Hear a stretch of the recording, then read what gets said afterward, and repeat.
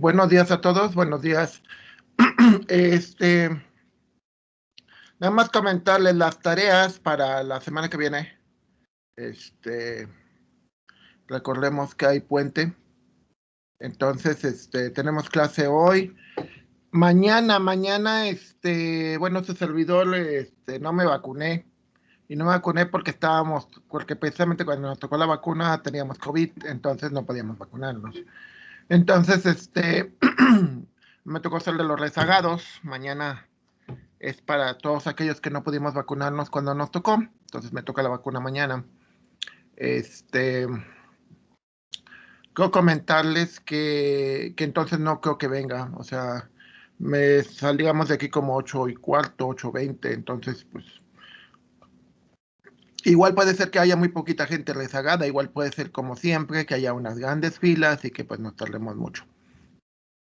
Entonces, pues nada más comentarles eso, que mañana no habría clase, sobre todo para los grupos de las 8, de las 10. Yo espero que para las 11 de la mañana ya esté aquí, así que el- claro, es mi estimación, no lo sé, porque les digo, como buenos mexicanos no sabemos si vaya a haber mucha gente rezagada por las razones que quieran, ¿no? Ok, luego, se supone que, bueno, ya empezaron a entregar el examen diagnóstico. En el grupo de ahorita de 8 o 9 nadie ha entregado. El examen diagnóstico debe de estar a las... El... Recuerden que la idea de los exámenes diagnósticos siempre es ver cómo vienen, ¿no? O sea, ver si traen los conocimientos básicos. Ahora, me preguntan, bueno, primero, el examen diagnóstico se sube aquí en tareas. Están, se supone que aquí están los grupos de las 8, el grupo de las 10, el grupo de las 11, ¿sí? Y de nuevo, una cosa muy importante es de que pues algunos de ustedes no vinieron a a las clases anteriores, o no se acuerdan, o estaban dormidos, típico, prenden la computadora, se meten al Teams y se vuelven a dormir, ¿no? Digo, eso ya lo he visto mucho. Entonces, antes de preguntar, por favor, les recomiendo mucho que entren al canal y vean la clase, o sea, porque muchas cosas, muchas dudas que van surgiendo, ya las dije. Entonces, en mi canal, en las listas de reproducción, hay hay una lista que se llama Métodos enero-junio de 2022, y aquí están los videos de las clases anteriores. Entonces, es importante porque aquí viene, bueno, por ejemplo, aquí debo cambiarle el nombre, porque esto fue el primer día. El, Esto significa mes de febrero, primer día. Por ejemplo, la clase de hoy va a ser método 2.2 y luego va a ser métodos así, o sea, va a ser el mes y el día, el mes y el día. Entonces, pues muchas de esas dudas que puedan surgir, este, búsquenlas primero en las clases, ¿no? Porque igual ya la dije y básicamente es porque no se acuerdan, ¿no? Claro que me dice un alumno, pues es que la flojera de tener que ver todo el video, ¿no? Pues oigan, también, digo, también esa no es la idea, ¿no? Ok, dicen, no, pues es que igual andar buscando de aquí para allá, mejor le pregunto a usted y es más fácil. Y pues tampoco se trata de eso, ¿no? O sea, se trata de que, pues, si algo ya está grabado, pues búsquenlo ahí primero. Y así en caso de que no lo haya dicho, que no esté por ningún lado, pues ahora sí, con todo gusto. Con todo gusto. O si no los quieren buscar aquí, en archivos, en esta carpeta que dice recordings, aquí vienen también las grabaciones. Entonces, este, muchas cosas vienen así, ¿eh? Entonces, el que me digan, no, pues me va a flojera buscar, pues no, señores, tampoco se trata de eso. Sí, de hecho, la idea para cualquiera que esté, pues yo diría que desde la prepa en adelante, pero bueno, desde la carrera en adelante, o sea, los que están en la licenciatura, los de la maestría, doctorado, estamos educados a que buscamos nosotros mismos, ¿no? Entonces, bueno, eso es importante. Ok, ahora, como es muy posible que yo no venga mañana, que es lo más posible, más bien, más seguro, para las clases de las primeras horas. Voy a explicarles de una vez cómo es la evaluación. El examen diagnóstico no les afecta en caso que no lo entreguen, pero obviamente se recomienda que lo hagan, o sea, realmente pues está mal que yo no, ¿cómo se llama? No averigüe, ¿cómo se llama? Cómo viene, ¿no? O sea, porque pues, al final de cuentas, básicamente el examen diagnóstico sirve para dos cosas, ¿saben programar o no? Sirve para evaluar eso y sirve para adecuar el curso, o sea, si saben programar, lo más recomendable es estimularlos a que sigan, a que programen. Realmente cualquier actividad, desde escribir, desde jugar, se estimula haciéndolo. O sea, entre más programes, más a, este, vas a mejorar tu programación, ¿no? Ahora, obvio, en cualquier carrera mecatrónica, sobre todo en sistemas, si no te gusta programar, pues escoge otra carrera. La verdad, programar es la base de todo lo que sigue. Entonces, si no te gusta programar, pues hay muchas carreras. Entonces, no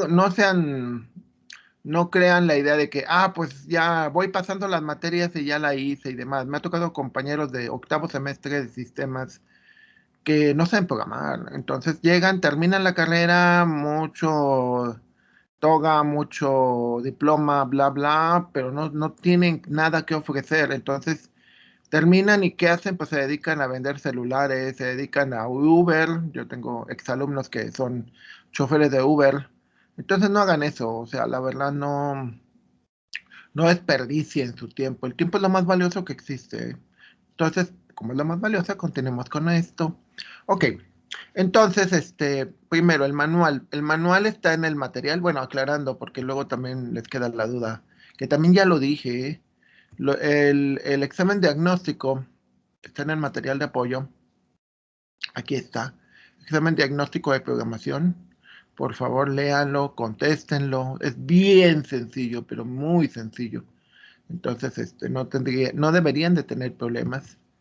Estamos hablando de alguien que por lo menos llevó un curso de programación, pero bueno.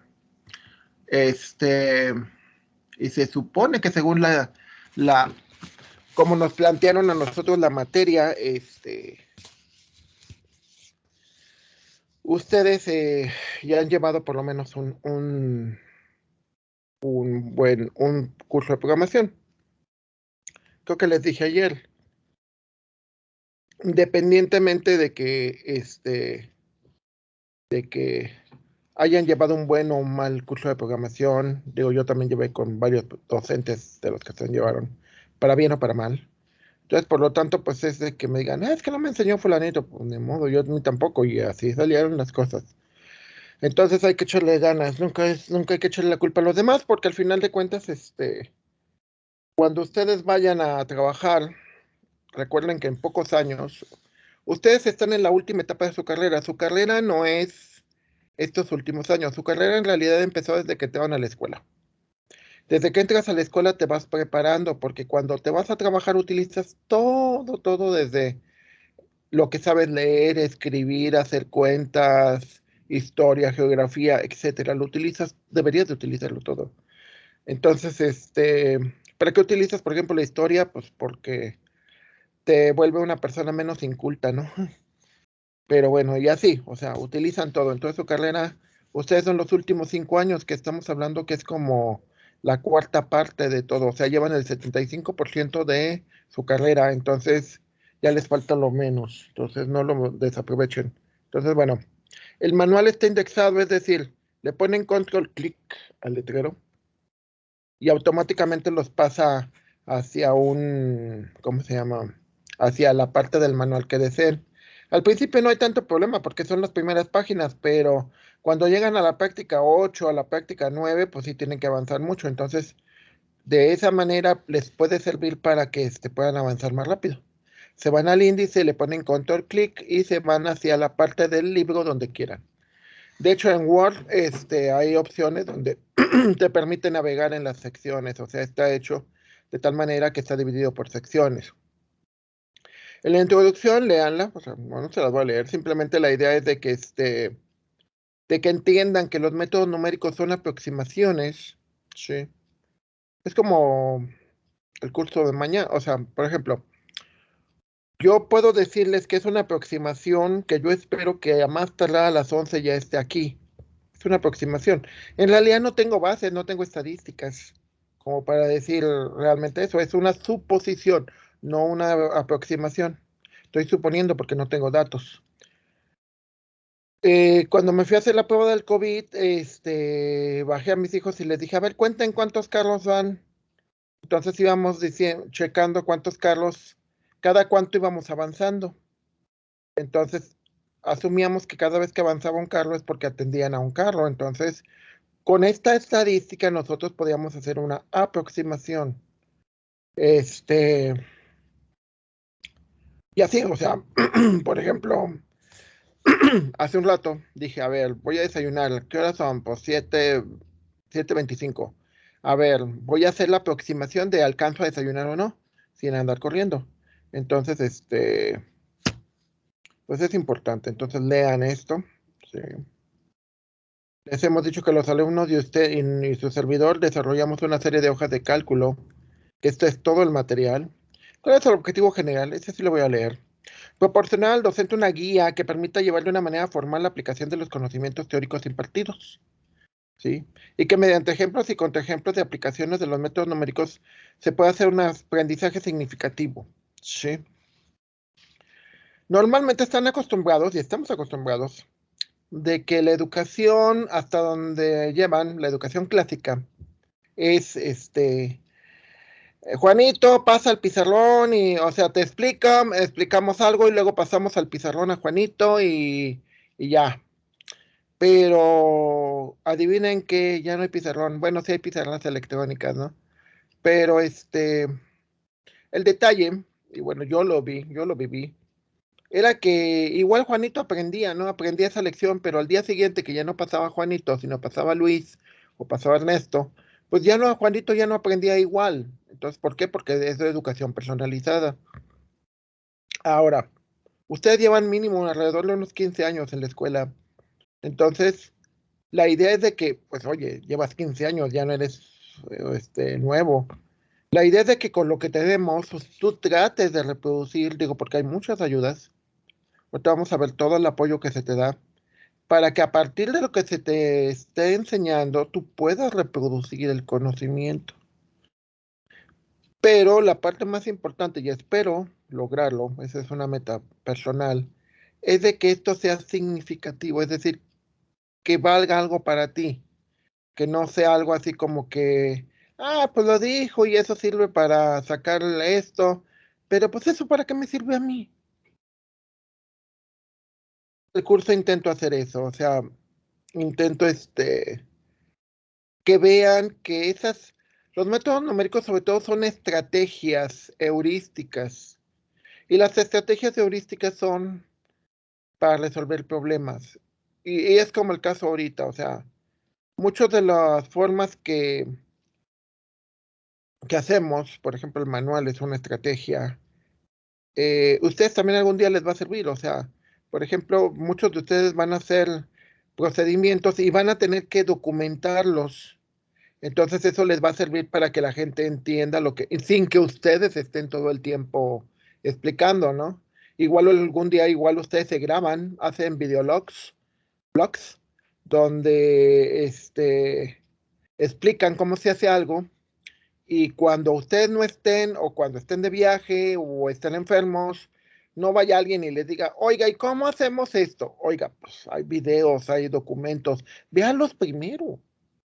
O sea, vean estas estrategias y vean cuáles de esas estrategias algún día les van a servir para solucionar problemas. El objetivo de la materia. Y se aporta al perfil la capacidad de aplicar métodos numéricos en la resolución de problemas de ingeniería y la ciencia, auxiliándose de computadoras. ¿Por qué es importante ese último término? Porque el ser humano tendemos a equivocarnos. Yo me equivoco y mucho, mucho me equivoco. Entonces, si usamos computadoras, la probabilidad de que disminuyamos los posibles errores Los métodos numéricos son estrategias que implican trabajo repetitivo. Entonces, no están hechos para personas, ¿eh? Están hechos para máquinas. Entonces, por eso es importante que estén implementados usando máquinas.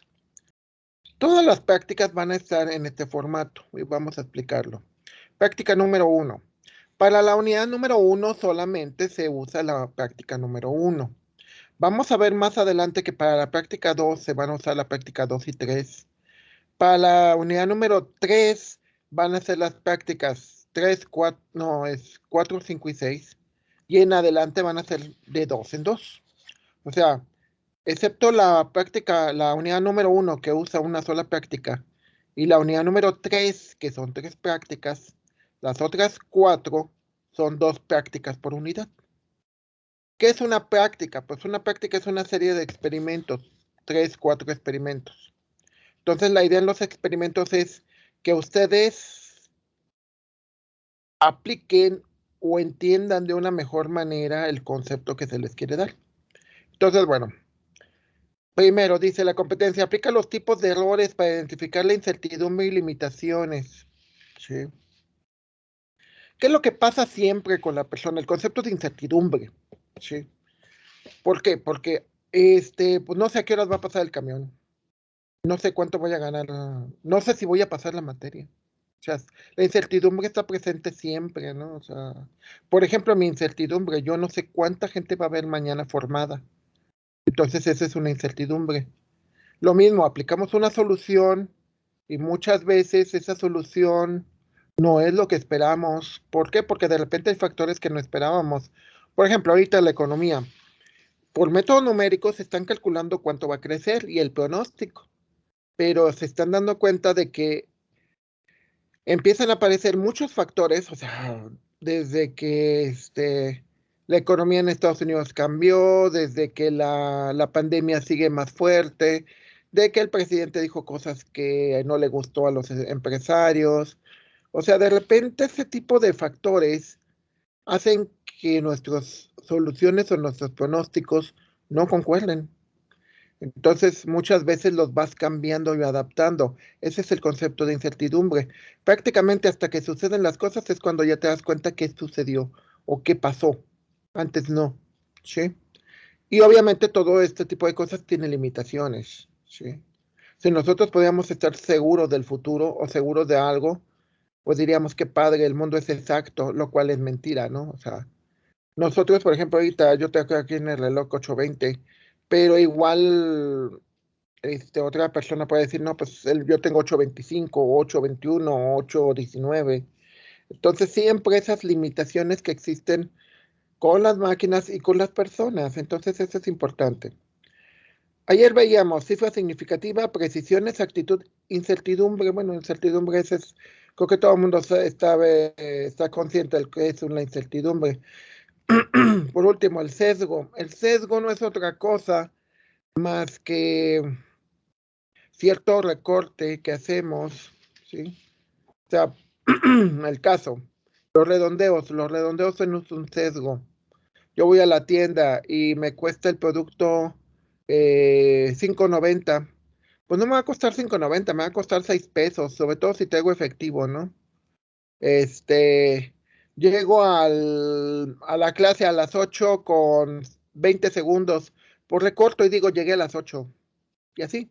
O sea, el sesgo es un corte, todos sesgamos, ¿eh? Todos, y sesgamos de muchas maneras. Por ejemplo, cuando ves a tus hijos, dices, son hermosos, aunque realmente pues, son tiernos, pero no necesariamente hermosos. Ese es un sesgo.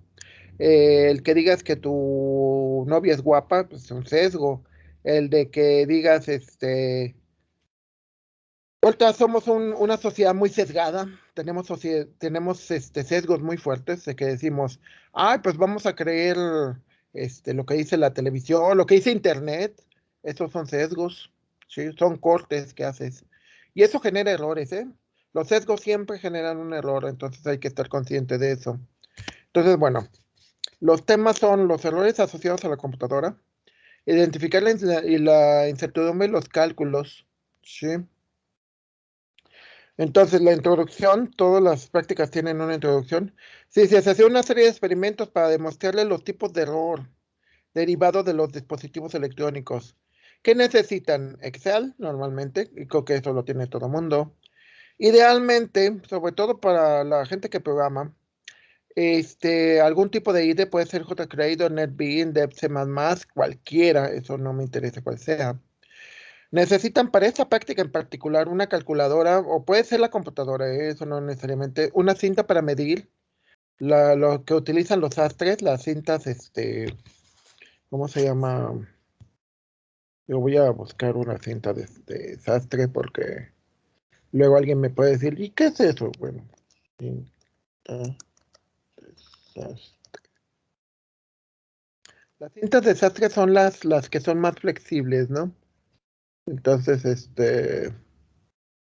estas son las cintas de sastre, digo, para que no haya ninguna duda. Van a necesitar eso, y si es posible, un flexómetro. Son los que usan los albañiles, o cinta métrica también le llaman. Y aquí está la de esta, ¿no? Esto si la tienen. En caso de que no, pueden usar una regla o algo que sea rígido, ¿sí? ¿Cuál es la idea? Bueno, ahorita vamos a ver más adelante cuál es la idea, por qué les pido eso. Si es posible. Normalmente cintas de sastre todo mundo tiene, o sea, ya de plano que me digan, es que en mi casa no lo tenemos, pues ya ni modo, ¿no? De alguna manera supongo que miden algo. Entonces, primero, por favor, por favor, por favor, se les recomienda mucho. Lean el capítulo de errores. Sobre todo, puede ser el de Nieves o el de Chapra. Sí. Se les dice en el libro de Juan Manuel Torres Moreno que vienen en el material. Ahorita les voy a decir dónde vienen los libros. Lean el capítulo 1, en el de Chapra el capítulo 3 y en el de Nieves y Domínguez el capítulo 1. Y como les dije en otros casos, buena parte de los algoritmos que vamos a usar o sea, la implementación del algoritmo, o sea, el algoritmo es libre, ¿no? Y vienen todos los libros, pero la manera en que se implementó, yo me basé en el Nieves. ¿Y por qué me basé en el Nieves? Porque fue el libro que me regalaron. Es el libro que tengo en físico, entonces fue el que leí primero y muchos de los ejemplos vienen de ahí. Experimento número 1. Van a agarrar un objeto circular y calcule, primero van a medir el radio de un objeto redondo, que puede ser un CD, puede ser una botella, puede ser una moneda, lo que gusten. Calculen el perímetro por medio de la fórmula 2pi por radio, usando una calculadora y un programa de computadora. Mide el perímetro verdadero y ve la diferencia, ¿sí? Ahora, en teoría, bueno, eso llenan esta tablita, ¿sí? El perímetro con la cinta de sastre. Aquí le van a poner cuánto fue con la calculadora, cuánto fue con Excel, el perímetro con la cinta del albañil, o sea, el flexómetro. Aquí lo que podemos apreciar en este experimento, y espero que lo vean, es dos cosas. Uno, pi sabemos que no vale lo mismo, o sea, dependiendo cómo lo midan, o sea, pongan el valor de pi, le pueden poner 3.14, cosas por el estilo. Entonces, ya hay un error, porque lo que están haciendo es un sesgo, es un redondeo o un truncamiento. ¿Cuál es la diferencia entre el truncamiento y el redondeo? Que son tipos de errores. Redondeo sacan 69.7, sube a 70. Truncamiento 69.7, se le cortan los decimales y queda en 69. Entonces, obviamente todos me van a decir, queremos que nos califique con redondeos. Pues sí, porque sube. Los redondeos ajusta hacia el valor más alto, hacia el techo que se le llama. El truncamiento no, el truncamiento corta directamente. Es decir, 35.74, si se trunca a una cifra significativa, un decimal, sería 35.7 y ya, no redondea. Entonces, dependiendo del valor de pi que usen, pues va a haber un error. Entonces ponen los valores que tienen y chequenlo contra o sea, la diferencia que usan Excel a que usan eso. Y algo que me falta aquí, pónganle abajo el valor verdadero.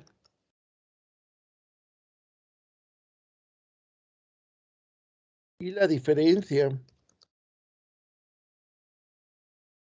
O sea, midan realmente el perímetro, traten de medirlo con la cinta desastre. Traten de medir el perímetro verdadero y vean la diferencia entre que lo calculen con un valor de pi que es redondeado o puede ser truncado, no lo sé. Y vean cuál es la diferencia. Entonces ahí podemos ver la introducción de ciertos errores. Primero, error por el instrumento que usas.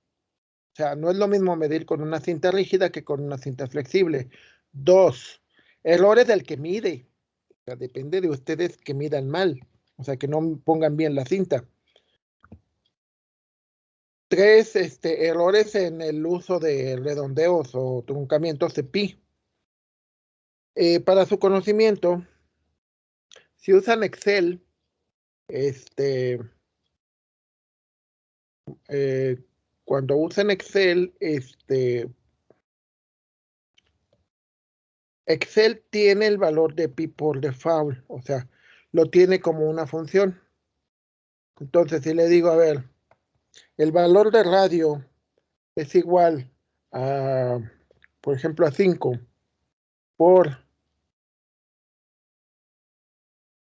le digo 5 por pi, ¿sí? Las funciones son así, ¿vale? Entonces, cuando pongan el valor de pi es pi y paréntesis se abre y se cierra porque no lleva ningún parámetro. Si yo le pregunto simplemente cuánto es el valor de pi que tiene encerrado o que tiene Excel, va a decir que es este valor. Entonces, puede ser que haya siempre va a haber diferencias, ¿no? Este es el valor que tiene Excel. Entonces, a la hora que hagan los cálculos, debe de haber diferencias, porque obviamente si usan el valor de Excel de pi, les va a dar diferente a si usan el valor de pi de su calculadora o el valor de pi que se imaginen. O sea, desde ahí ya hay diferencias y al haber diferencias hay errores. ¿Sale? Reflexiones. ¿Cuál es la diferencia entre medir con una cinta o con otra y qué problemas encuentras cuando mides? Para los de las carreras de mecánica y mecatrónica llevan una materia que se llama mediciones. Esa es una gran ventaja porque porque ellos les enseñan mejor cuáles son los problemas, cómo tienen que medir, de qué manera usar los instrumentos, etcétera. En el caso de ellos, usan otro tipo de cosas, por ejemplo, usan micrómetros, usan verniers, etcétera. Entonces, como que es más eficiente y es mejor. Entonces, bueno, ¿qué les pido? Nada más lo que les pido es esta tablita, no quiero todo lo demás. No quiero que me pongan todo esto de los los libros y la pregunta, no, por favor, nada más lo único que quiero es la tabla con los valores y las preguntas, nada más. Y súper importante, una fotografía. La fotografía de lo que midieron. Y eso es muy emocionante, bueno, a mí me emociona mucho porque miden de todo, ¿no? Miden cosas como perillas de una estufa, como monedas, como, bueno, mucho, o sea, y es, y es parte de ser ingeniero, o sea, parte de ser ingeniero es tener ese gusto por decir, ay, pues, qué cosas redondas, por ejemplo, ¿no? Ahorita yo estoy viendo y hay varias cosas redondas a mi alrededor, ¿no? Desde una parte, desde la base de un foco, desde un plato, desde este, ¿cómo se llama? Un barrilito, etcétera. El fondo de una botella. Sí, eso es redondo, entonces eso puedo asimilarlo. Luego, experimento número 2. En las hojas proporcionadas, las celdas en verde son para introducir valores. Vamos a usar lo que le llaman el código de los semáforos. Verde son los valores de entrada, como en cualquier sistema. Rojo es el proceso, es lo que no deben de cambiar. Azul es el resultado y amarillo es el error. Entonces, por favor, háganlo. O sea, ahorita déjenme explicarles cómo se hace. Dice, utilice la hoja de cálculo de errores que está en el material. Introduzca valores reales en las celdas en verde y realice pruebas con los valores decimales cercanos a la unidad. Por ejemplo, 23.999 o muy lejanos, como 23.000, o sea, números que son muy cercanos al 1 o que, bueno, no al 1, sino a la unidad, o que de alguna manera tienen decimales así muy pequeños. ¿Qué pasa con los errores? ¿Qué sucede? ¿Qué es lo que van a entregar aquí? La hoja de cálculo. La hoja de cálculo llenada, ¿sí? Ok, entonces, a ver, vamos a... La hoja se llama errores.xsl, es una página en Excel. ¿Dónde está? Ok, entramos a materiales, entramos a prácticas, práctica 1. Aquí en esta parte vean que están los libros que les mencioné. En libros de apoyo pueden encontrar una gran cantidad de libros, desde libros de programación en C, en Java y muchos libros de métodos numéricos. Entonces el material está aquí, no necesitan buscarlo o decir, es que no tengo el libro, ¿no? Pues aquí está todo. Entonces, bueno, entramos a la práctica número 1. Y aquí está la hoja de errores, ¿sí? En la hoja de errores de esto se trata, de que ustedes pueden ver que yo introduzco valores. Entonces, hay opciones en Excel donde se dice truncar. Truncar, por ejemplo, lo que hace es el 4789 lo corta, pero por ejemplo aquí, lo redondea de esta manera, lo redondea 1 y pues lo deja así. El valor verdadero es el que está en verde, es el que ustedes introducen. Los valores truncados y redondeados son estos, ¿no?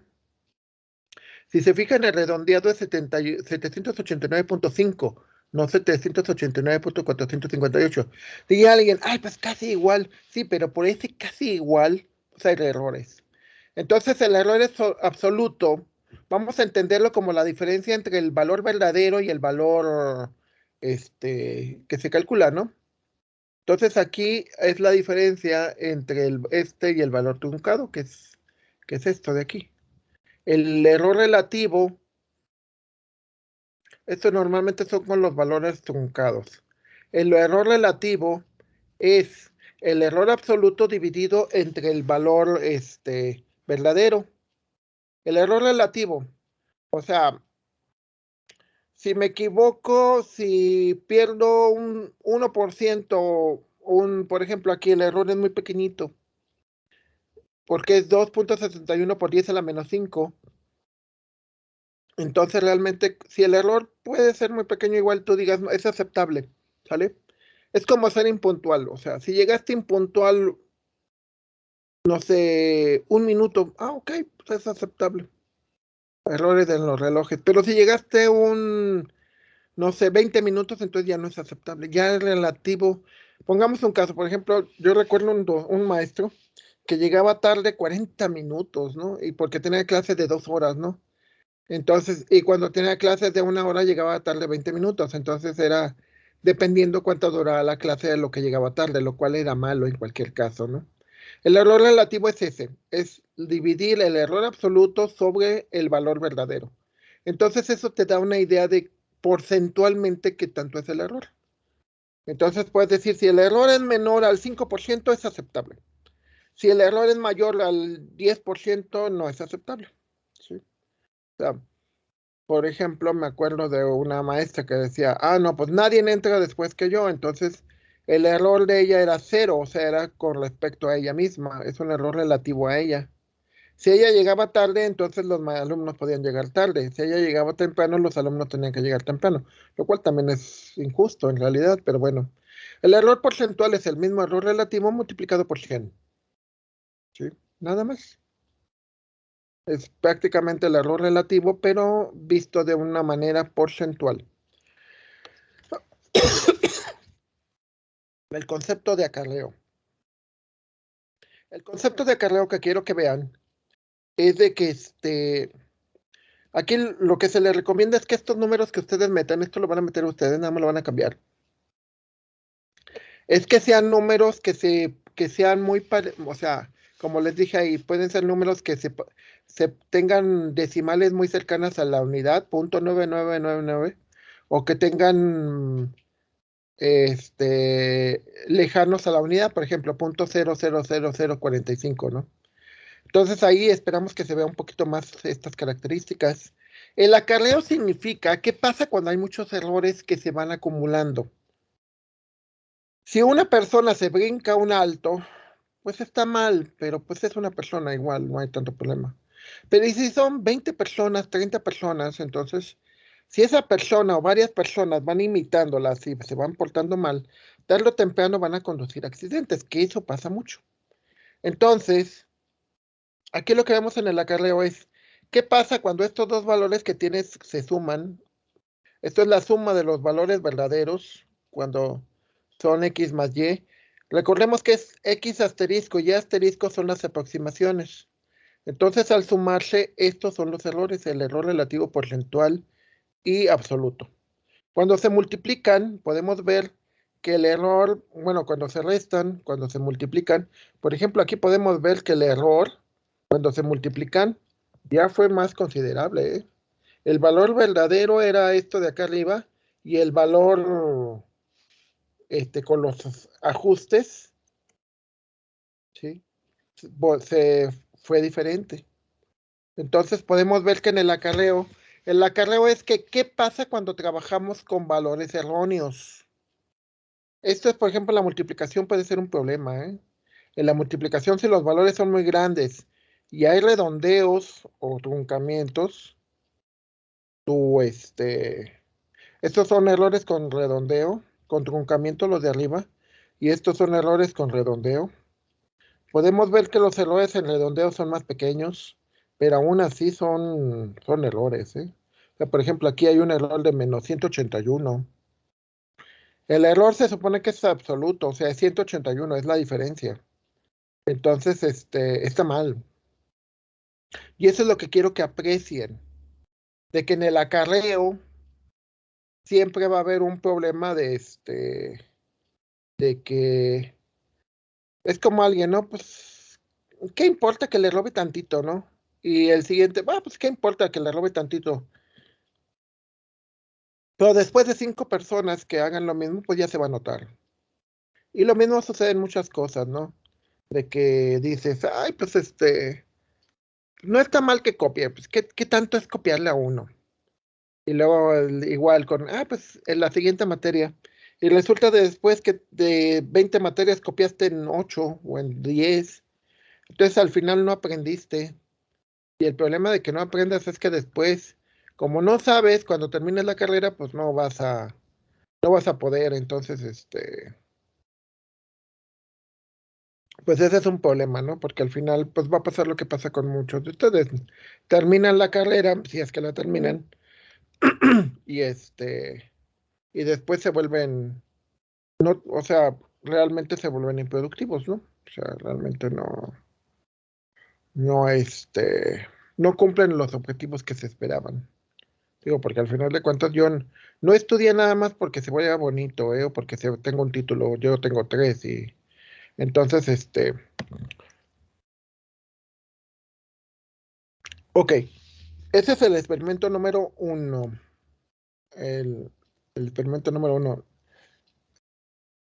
Ok, sí es cierto, perdón, ese fue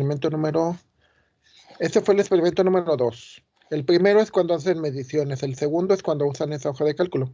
El tercero, en la hoja de cálculo, valores atípicos, introduzcan,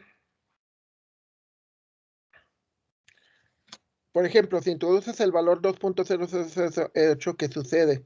Cambian valores muy cercanos y muy lejanos en las celdas en verde. ¿Qué pasa con esas operaciones? ¿Sí? También chequen de que muchas veces hay un botón que son los botones de agregar decimales y quitar decimales, y que eso de alguna manera te muestra. Excel tiene lo siguiente. tiene el valor almacenado y tiene el valor que te muestra. Normalmente el valor que te muestra lo redondea.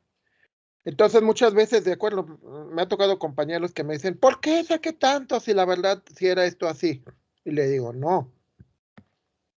Lo que pasa es que Excel guardó tus valores verdaderos y lo que te está mostrando es un redondeo. O sea, sacaste, por ejemplo, 69.7, 69.5 y Excel te lo muestró como 70, pero no sacaste 70 y Excel no te guardó 70, te guardó 69.5. Entonces, cuando hace multiplicaciones o hace esto o hace el otro, acarrea y por lo tanto no te muestran lo mismo que tienes tú. Entonces, ya desde ahí hay un error.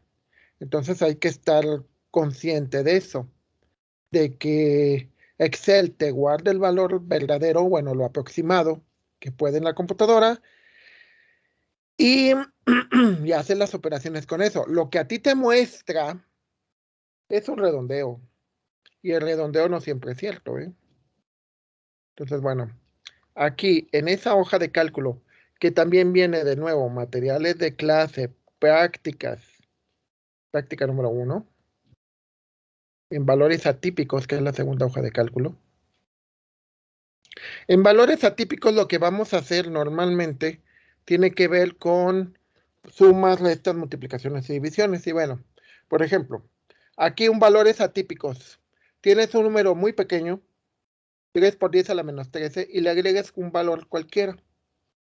Si se fijan, aquí ya hubo errores porque cuando lo sumas, en teoría te debería de haber dado, bueno, ahí sí está bien, la suma, pero la resta te da cosas medio raras. Bueno, 3 y 7 son 10, llevamos una, son 10, 8 también lo hace bien la resta.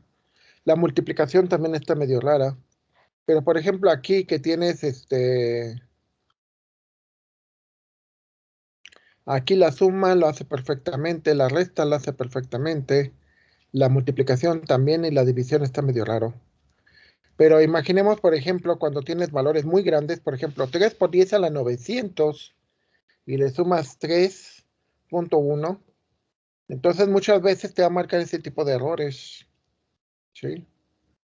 Que te va a marcar errores por valor o por ejemplo esto, ¿no? Tienes un número muy pequeño con un número muy grande y lo tratas de dividir. Cuando te marca Excel este tipo de errores de gatito num o gatito o algunos que te pone gatito dip 0, significa que los valores que vas a tener son hay lo que se conoce como un overflow, o sea, un número demasiado grande para que quepa en la computadora. Entonces, cuando ocurre eso, pues obviamente hay un overflow. Entonces, lo que quiero que vean aquí es precisamente esos errores. Por ejemplo, números irracionales, ¿sí? Excel te pone un 1 sobre 3, es decir, un tercio te pone eso. Y cuando te pone el total, te lo pone como...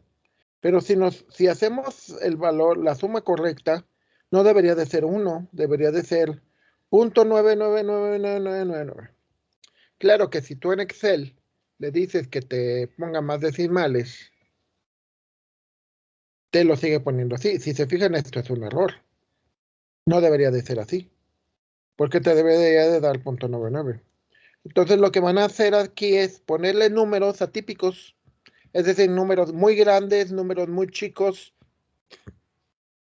y lo que quiero que vean es qué sucede. ¿Qué pasa cuando tienes números muy grandes y los sumas o los multiplicas o los divides? ¿Qué sucede cuando divides un número muy grande entre un número muy chico? O al revés, ¿qué sucede? Eso es lo que quiero que hagan en este ejercicio. El ejercicio número 3. Sí, eso es lo que quiero que hagan en la práctica. Ok, ya vamos a acabar. No vamos a poner prácticas. Esta es la práctica número 1. Sí, lo bueno que este es muy sencillo, entonces no hay tanto que ver. Oh, ok. Como les digo, yo me voy por el índice y... Ok.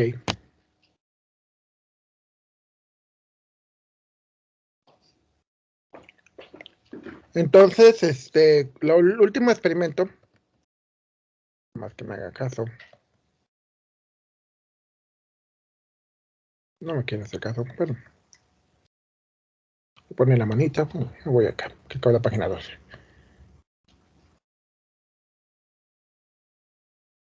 La página 12, en el último experimento se supone que hay una serie de programas,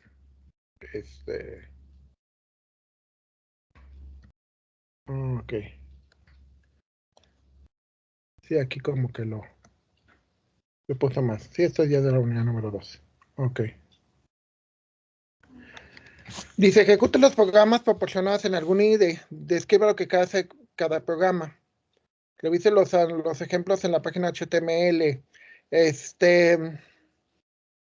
Normalmente los programas vienen vienen los borré de ahí porque estaban repetidos, vienen en el material de apoyo. Ahorita les voy a indicar dónde están los programas. Es válido en un momento dado, de plano, si no saben programar o realmente tienen muchos problemas, de que me pongan no sé programar y no puedo echar a andar los programas. Algunos programas puede que tengan problemas, entonces por favor corríjanselos y traten de ver qué hacen y cómo lo hacen. Entonces, en este tipo de experimentos, como la materia es para muchas áreas, o sea, es para mecánica, para electrónica, para eléctrica, para todo, casi todos menos para industrial o para informática. Entonces, pues sí les recomiendo mucho de que traten de ver los programas, porque lo que hacen los programas es, tratan de redondear, de truncar, de buscar divisiones por cero, etcétera. Entonces, pues es importante porque es cómo se generan los errores en lenguajes de programación y cómo se pueden de alguna manera, corregir. Por último, que esa es la parte importante del proyecto. Esta parte, el proyecto en la unidad número 1 es el único que se hace individual, todos los demás ya son en equipo. Ok. Entonces, bueno, decidí llamarlo caso de aplicación errores. Tiene que hacer una investigación de no menos de una hoja, o sea, mínimo una hoja completa, en que dependiendo de cómo se representan los números en la computadora, hacer una reflexión de cómo se refleja esto en la generación de errores. ¿Sí? ¿A qué me refiero con eso? Los números en la computadora se codifican de diferente forma. Se pueden codificar, por ejemplo, como números binarios, se pueden codificar como números, o sea, nosotros sabemos que en la computadora todo lo representamos por unos y ceros. Entonces hay una manera en que debe de decir cuándo son positivos, cuándo son negativos, cuándo el número se representa con exponentes. Si se fijan ahorita que usé números en forma exponencial, es decir, 5 por 10 a la menos 3, 8 por 10 a la menos 900, ¿sí? Entonces, eso se representa en un código, en un formato en la computadora. Entonces, quiero que lo investiguen, hagan una investigación pequeña y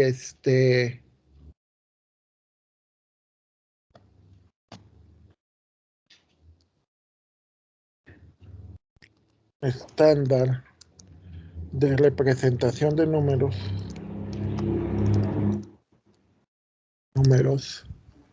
Recomendable para los sistemas, esto es bueno. Por ejemplo, existen ciertos estándares de la IEEE. La IEEE, es el Instituto para Ingenieros Eléctricos Electrónicos. O sea, abarca todo lo que somos ingenieros en sistemas, ingenieros electrónicos, ingenieros mecatrónicos, ingenieros. Entonces, léanlo, vean cómo se representa, qué sirve, qué es, y la reflexión que tienen que hacer es, bueno, ¿y eso cómo puede generar errores? Recuerden de nuevo lo que les platicaba es, los números continuos son infinitos, o sea, pueden ser miles de millones de cifras, pero eso no cabe en la computadora, es imposible. Tenemos una cantidad, no, este, hay una cantidad definida de valores en la computadora, ¿no? O sea, cuando vieron programación en tipos de datos, les tuvieron que decir que, por ejemplo, un entero, el número más grande es 32.768 y que si es un número flotante, el número de cifras que aguanta es hasta tal número, etcétera. Entonces, la reflexión es, ¿cómo un valor infinito lo hago que quepa en un espacio finito? O sea, un espacio restringido. Entonces, ¿cómo le hago para que quepa? Entonces, y eso, hacer lo que quepa, ¿qué errores me provoca? O sea, ¿qué me provoca el que yo números continuos los trate de discretizar, hacer los números discretos, números que quepan en un espacio definido? ¿Sí? Eso es importante y eso es lo que quiero que hagan como trabajo, como estudio de caso para la unidad número 1. ¿Sí? Detengo grabación.